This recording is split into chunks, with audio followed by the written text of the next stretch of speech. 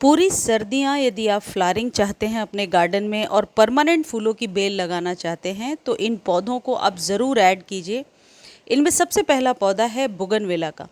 बुगनविला लताओं वाला पौधा होता है। गमले में भी इसकी बेल बहुत ही ऊंचाई तक चली जाती है। यदि आप इसे किसी सहारे से बांध देते हैं तो फिर आप देखेंगे कि एक तो सालों साल ये आपके गार्डन में रहता है और इसकी फ्लावरिंग गुच्छों में बहुत ही सुंदर होती है।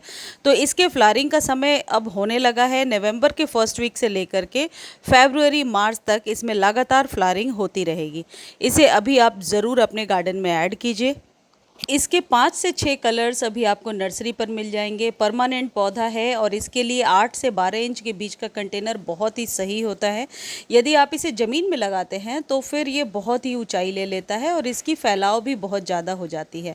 इसको जब फ्लावरिंग का टाइम होता है तो आप नाइट्रोजन वाली खाद कम दीजिए, यानी वर्मी कंपोस्ट कम चाहिए होता है इस पौधे को। इसको आप पोटाश युक्त खाद या तो बनाना पील वाला फर्टिलाइज़र जो अक्सर बताती रहती हूँ वो दीजिए, या किसी भी पोटेशियम फॉस्फोरस डीएपी को भी आप दे सकते हैं, जिससे कि इसमें फ्लावरिंग बहुत अच्छी होती है। दूसरा जो पौधा है वो है अलमंडा का।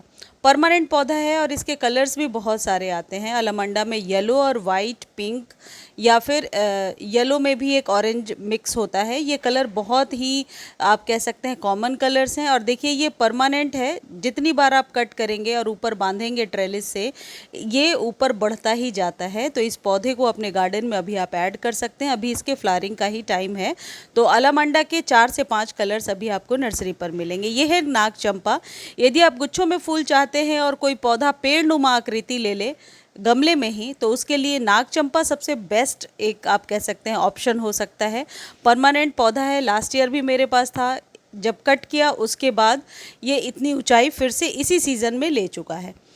अगला जो पौधा है ये है अपराजिता। अपराजिता से तो आप सब परिचित हैं। इसके 3-4 कलर तो नर्सरी पर आसानी से मिलेंगे। जैसे ये वाइट और डबल पेटल दोनों ही मिलता है। नीले में 2 रंग मिल जाएगा आपको, एक डार्क ब्लू और एक लाइट शेड ब्लू। ये जो आप देख रहे हैं ये डार्क ब्लू है। लाइट शेड इसमें जो ब्लू आता है वो भी अभी नर्सरी पर 50 रुपीज़ का बहुत ही आसानी से मिल जाएगा।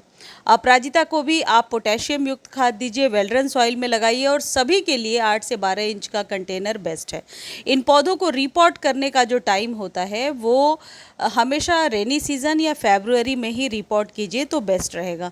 और यदि आप कटिंग करना चाहते हैं या प्रूनिंग करना चाहते हैं तो उसके लिए भी यदि रेनी सीज़न में आप डीप कटिंग करते हैं या बसंत ऋतु में, तो फिर आप देखेंगे आपके पौधे की ग्रोथ अच्छी हो रही है और पौधा घना भी हो रहा है।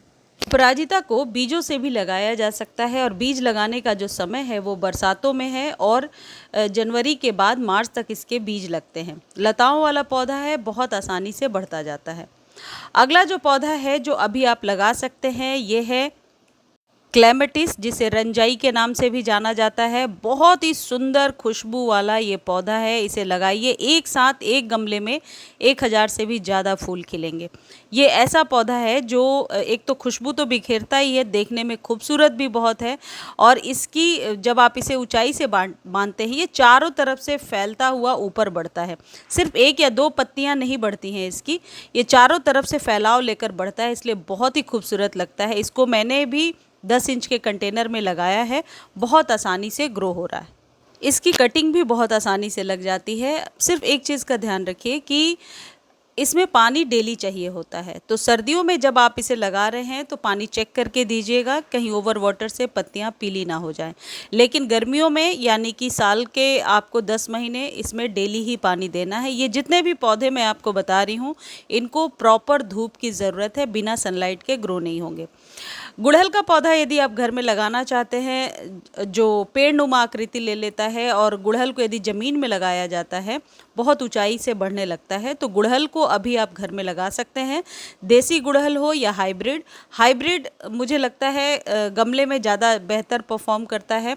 और जो देसी वाले 3-4 कलर्स हैं उन्हें आप बहुत ही आसानी से ज़मीन में भी लगा सकते हैं, गमले में भी लगा सकते हैं। ये बेलें तो नहीं होती हैं लेकिन पेड़ की आकृति ज़रूर ले लेती हैं। तरीके से आप रंगून क्रीपर यानी मधुमालती लगा सकते हैं। एक बार इसमें फ्लावरिंग हो गई है, दोबारा फ्लावरिंग के लिए जो कट किया था, देखिए अब नई नई पत्तियां निकल रही हैं। इन्हें ट्रेलिस में बांधना ज़रूरी है यदि आप चाहते हैं कि फैल जाए और अच्छे से इसमें फ्लावरिंग होने लगे। तो इसमें ट्रेलिस बांधिए, लताओं की तरह बढ़ता जाता है। अगला जो पौधा है जूही है। देखिए मैंने इसे कट कर दिया है। जूही को बहुत बार मैंने आपको दिखाया, उजले उजले फूल दिखते हैं। मैं पुराने वीडियो को भी ऐड कर दे रही हूँ, आप देख सकते हैं। कट किया है, उसके बाद इसमें न्यू शूट्स आ रही हैं। मैं जो ये पौधे बता रही हूँ ये सच में मैंने एक्सपीरियंस किया है कि सालों भर करीब करीब फ्लावरिंग होती रही है इनमें। वही मैं आपको बता रही हूँ, सिर्फ वीडियो बनाने के लिए नहीं बता रही। तो इन पौधों को आप यदि सच में बेलनुमा कोई पौधा लगाना चाहते हैं तो इन पौधों को अपने गार्डन में आप ऐड कर सकते हैं। जूही वाइट कलर में बहुत ही सुगंधित पौधा होता है। देखिए ये कितना लंबा हो गया था। ये जूही ही है, बाद में मैंने इसको कट कर दिया है क्योंकि गमले में एक हाइट को, लंबाई को मेंटेन करना पड़ता है इसलिए। और इसके फूलों में खुशबू बहुत होती है, तो इसे घर में ज़रूर लगाएं। आप अभी हरश्रृंगार का पौधा लगा सकते हैं। ये बेलनुमा पौधा बहुत ऊंचाई तक, ट्रेलिस तक चला जाएगा और इसमें फैलाव भी बहुत ज़्यादा होती है। इसके फूल सुबह सुबह खिलते हैं और जैसे ही सनराइज़ होता है इसके फूल गिर जाते हैं, लेकिन इनमें खुशबू बहुत होती है और देखने में बहुत ही खूबसूरत होते हैं। इनको भी आप कोई भी खाद जो अपने गार्डन में देते हैं, पोटाश युक्त खाद दे सकते हैं। जब इसके फूल खिल जाते हैं तो आप देखेंगे इसी में सीड्स बनना शुरू हो जाता है। आप चाहें तो सीड्स को कलेक्ट करके रख सकते हैं। देखिए जैसे इसके फूल ज़मीन पर गिरे हैं, यदि आप इस पौधे को ज़मीन में लगाएंगे तो आप बहुत ही बढ़िया फ्लावरिंग ले पाएंगे। देखिए कुछ इस तरीके से काले काले इसमें सीड्स बन रहे हैं, ये जो मैं आपको दिखा रही हूँ। इन सीड्स को पकने के बाद आप कलेक्ट करके रख सकते हैं और अगले साल फिर रेनी सीज़न में या फ़ैब में आप इसे रोप सकते हैं। यदि ज़मीन में लगा हुआ है तो सीड्स अपने आप ही गिर करके और नए नए पौधे तैयार हो जाते हैं। आप टिकोमा लगा सकते हैं। टिकोमा के बहुत सारे कलर्स आते हैं। देखिए ये वही जूही है जो मैंने आपको पहले दिखाया, जो काफ़ी लंबा हो जाने के बाद गमले में ज़्यादा वो हो गया था तो मैंने कट कर दिया। और आप इस तरीके से क्रेप जैस्मिन लगा सकते हैं। आप मधुकामनी लगा सकते हैं जिसमें बहुत ही ज़्यादा खुशबू होती है और ये बेल की तरह बढ़ता जाएगा यदि इसे ऊपर बांध देते हैं। आप इसी तरीके से कनेर का कोई भी कलर लगा लीजिए, कनेर भी पेड़ की तरह बढ़ता जाता है। आप ये पौधा ज़रूर लगाइए, ऑरेंज फ्लेम वाइन इसे कहते हैं। अभी आपको नर्सरी पर आसानी से मिल जाएगा और गमले में बहुत अच्छे से ग्रो हो जाता है। यदि आप सदाबहार लगाते हैं तो ये भी बेल की तरह ऊपर बढ़ता जाता है। इसे आप ऊपर बांध दीजिए, बहुत ही आसानी से बढ़ता जाएगा। टिकोमा में बहुत सारे कलर्स आते हैं जिन्हें अभी आप लगा सकते हैं। और ये जितने भी पौधे हैं ये 50 से 100 रुपीज़ के अभी आपको नर्सरी पर बहुत आसानी से मिल जाएंगे। इसमें खुशबू वाले फूल भी हैं। आप चंपा लगा लीजिए जिसे प्लमेरिया कहते हैं। ये बेलनुमा तो नहीं बढ़ता लेकिन पेड़ की आकृति ज़रूर ले लेता है। तो यदि ऊंचाई वाला कोई पौधा लगाना चाहते हैं तो प्लमेरिया लगा सकते हैं। इसमें भीनी भीनी खुशबू होती है। इक्ज़ोरा की आप बेल वाली वैरायटी लगा सकते हैं। इसमें डॉफ वैरायटी भी आती है लेकिन ये बेल वाली वैरायटी है। देखिए दोबारा फ्लावरिंग के लिए ये पौधा रेडी हो गया है, यानी कि पूरे साल में 8 से 10 महीने तो निश्चित तौर पर ये फ्लावरिंग करेगा ही करेगा। कनेर के साथ भी वही है। यदि ऊंचाई वाला कोई पौधा लगाना चाहते हैं तो कनेर लगा लीजिए। और मुझे उम्मीद है ये वीडियो आपको अच्छी लगी होगी। वीडियो अच्छी लगती है तो चैनल को लाइक, शेयर, सब्सक्राइब ज़रूर कर दिया करें।